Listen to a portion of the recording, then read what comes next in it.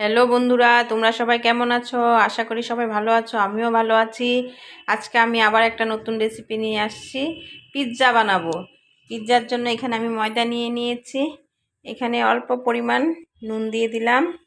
তারপরে এখানে baking powder, baking soda রেখেছি। এখানে একটু টক দই রেখেছি। স্বাদ মতো বেকিং পাউডার, বেকিং সোডা দিয়ে দিলাম। এখানে দই দিয়ে দিলাম। এখন আমি সব একসাথে মেখে নেব। আমি একটু তেল দিয়ে মেখে আধা ঘন্টার জন্য ঢেকে রেখে দেব। আমি ঢেকে রাখবো আধা ঘন্টার জন্য। পিৎজার জন্য আমি এখানে পেঁয়াজ, পনির, ক্যাপসিকাম, টমেটো, অল্প বাটার, সস, চিজ নিয়েছি। আমি ছোট্ট থালটা মধ্যে বানাবো। এখানে অল্প তেল দিয়ে নিয়েছি। এখন অল্প ময়দা এরকম করে দিয়ে আমি থালটার মধ্যে নিয়ে নিলাম। এখন কাঁটা চামচ দিয়ে এরকম ফুটা ফুটা করে দেব। আমি একটু বাটার লাগিয়ে দেব।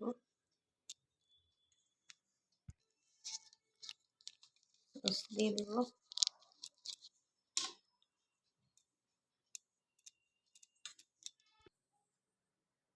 এখন আমি চিজ দিয়ে দেব।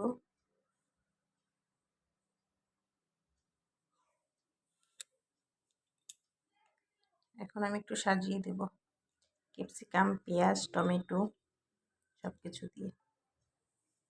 দেখো সবজি দিয়ে সাজানো হয়ে গেছে। এখন আবার উপরে দিয়ে একটু দেখো আবার উপরে চিজ দিয়ে দিয়েছি, দেখতে সুন্দর হয়েছে। আমি এটা মাইক্রো ওভেনে বানাবো। ঢুকিয়ে দিলাম। এখন আমি 10 থেকে 15 মিনিটের জন্য ওভেনে দিয়ে দেব। দেখো পিৎজা ঘুরছে, একবার আমি দেখে নেব। দেখো পিৎজা হয়ে গেছে,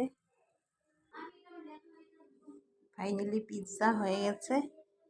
দেখো কার কার ভালো লেগেছে কমেন্ট, শেয়ার, সাবস্ক্রাইব করে দেবে। ধন্যবাদ সবাইকে। Bye bye.